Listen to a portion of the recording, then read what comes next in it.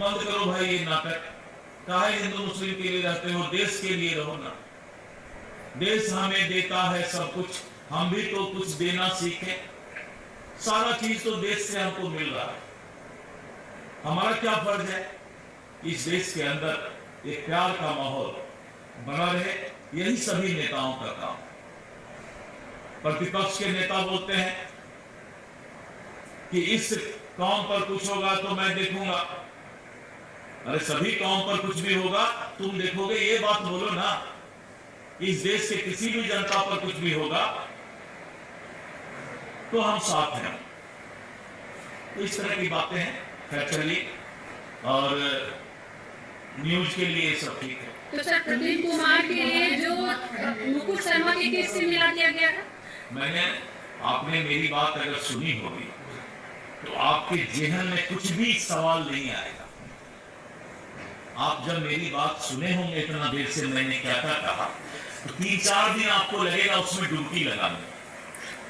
Sir चुनाव से पहले इस तरीके का बयान कहां तक उचित है सर?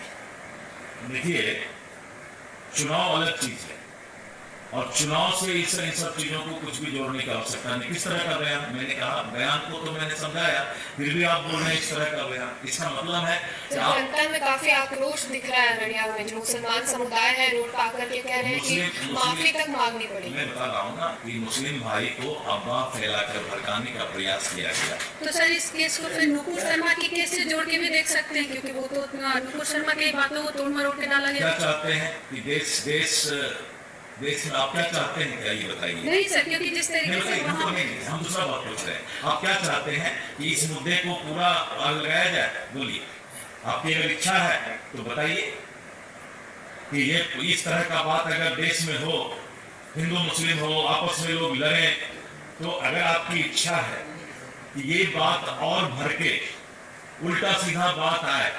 नहीं सर, सीधा बात है, उल्टा सीधा बात है जो आपने अभी सीधा यही है, इस देश में सभी लोग 140 करोड़ जो इस देश की आबादी है वो भारतीय है। सुन लीजिए,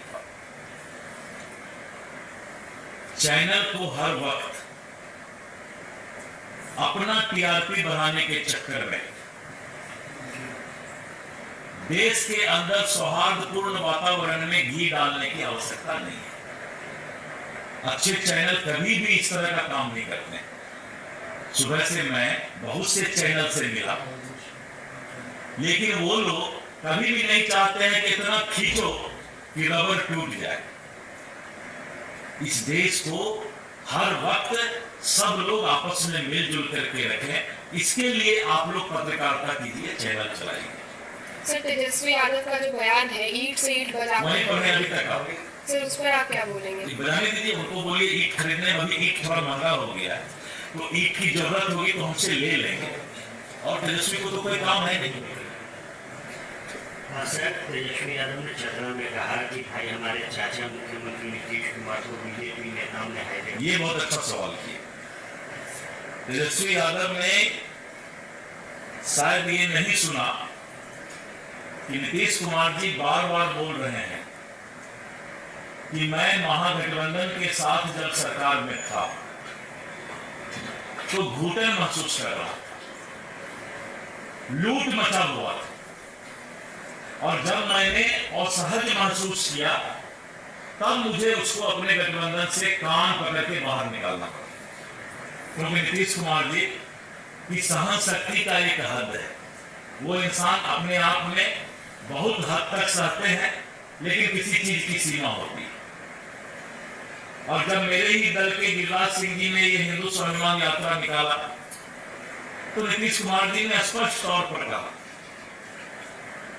और मैंने भाजपा के प्रदेश अध्यक्ष होने के नाते ये बयान दिया कि भाजपा को इन सब तरह के यात्रा से कोई मतलब नहीं।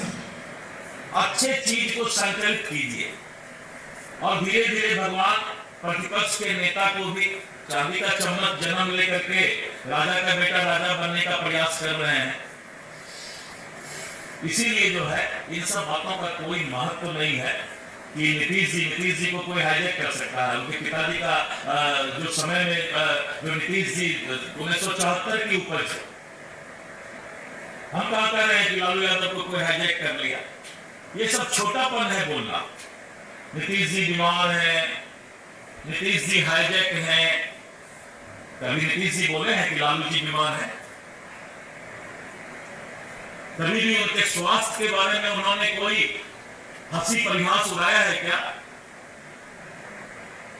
भगवान से डरना चाहिए इन नेताओं को।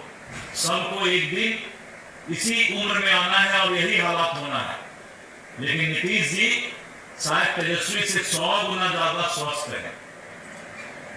वो तो इसी उम्र में जो है व्हील चेयर पकड़ लिए। नीतीश जी चलते हैं अच्छा से। हमने कभी कहा क्या कि तेजस्वी का जवानी में जो है व्हील चेयर पकड़ लिया? कभी नहीं बोलना चाहिए। दुख किसी के साथ आ सकता है, कमर में दर्द हो गया, क्यों नहीं होगा? लेकिन कभी हमने कहा, नीतीश जी ने कहा कि तेजस्वी इसी उम्र में जवानी में व्हील चेयर पकड़ लिया? कभी बोले? नहीं बोलना चाहिए, ये पाप है।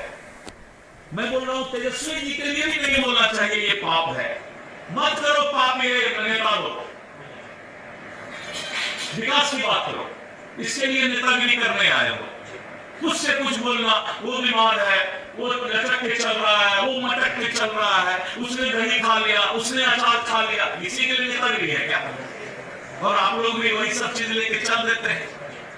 एक बयान है असम के सीएम हिमंता बिश्व शर्मा जी का। असम के सीएम के बारे में राष्ट्रीय नेता हमारे बताएंगे, क्योंकि मैं बिहार के राजनीति के लिए अभी यहाँ पर हूँ। बिहार के संबंध में कुछ सवाल हो अवश्य हमसे कीजिए। राष्ट्रीय नेता मेरे हैं, राष्ट्रीय प्रवक्ता हैं, वो लोग बात करें।